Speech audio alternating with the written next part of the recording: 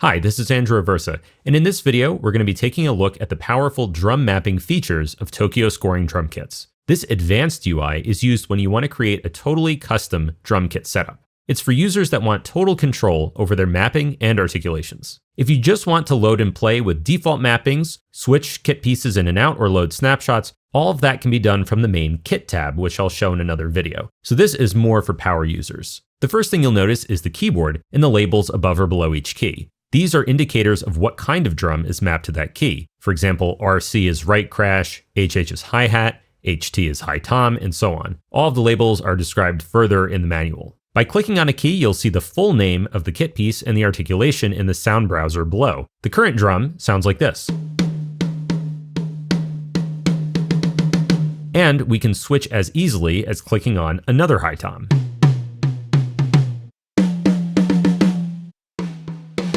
But we're not limited to high toms. We can grab a totally different kind of drum instead, like a snare.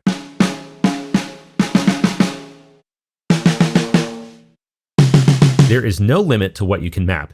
You can even have the exact same drum and articulation on two separate keys. For example, by default in this kit, we have a kick with a plastic beater and a kick with a felt beater assigned to B0 and C1.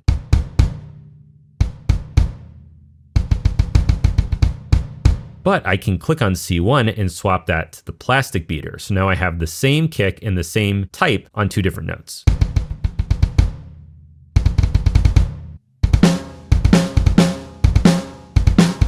This is really useful when you want to play rapid kick and snare parts on a MIDI keyboard. Now, if you look in the upper right, the volume, offset, and tune controls are unique to each individual MIDI key. I can make the B0 kick louder and increase the tuning without affecting the C1 kick, even though it's the same drum and the same articulation.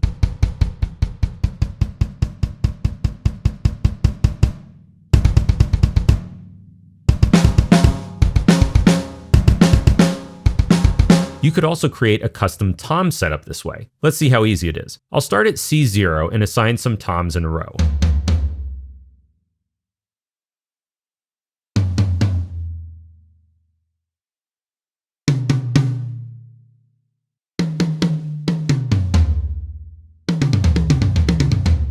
That's simple enough. Now I'll add some variations by mapping the same toms to the keys in between, but I'll adjust their tuning.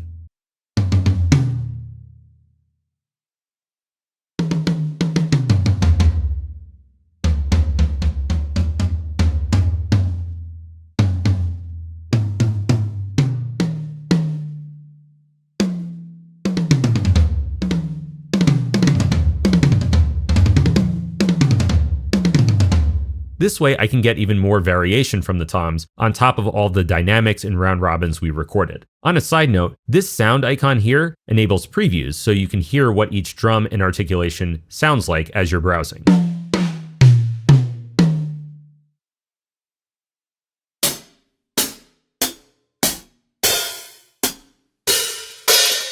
Above that, there's a drop-down where you can load and save your custom mappings. And finally, the Link Selected Key to Kit Piece option is pretty magical. If we were on the main Kit UI, when you click on a drum, you would see a pop-up like this. Using this pop-up, you can very easily swap between kit pieces, like different snare brands.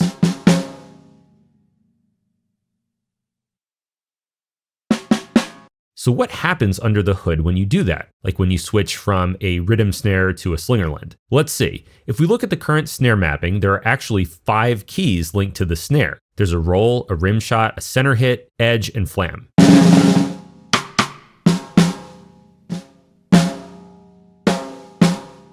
Now I'll swap the kit piece,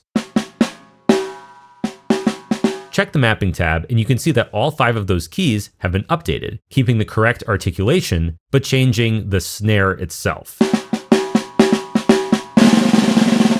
When you're creating a custom mapping like I did with the toms earlier, you'll want to use Link Selected Key to Kit Piece. That way, if you decide to, let's say, swap out all the DW toms with rhythm ones, you can do it in a click from the main Kit tab, rather than going to this mapping tab and mapping each individual key again.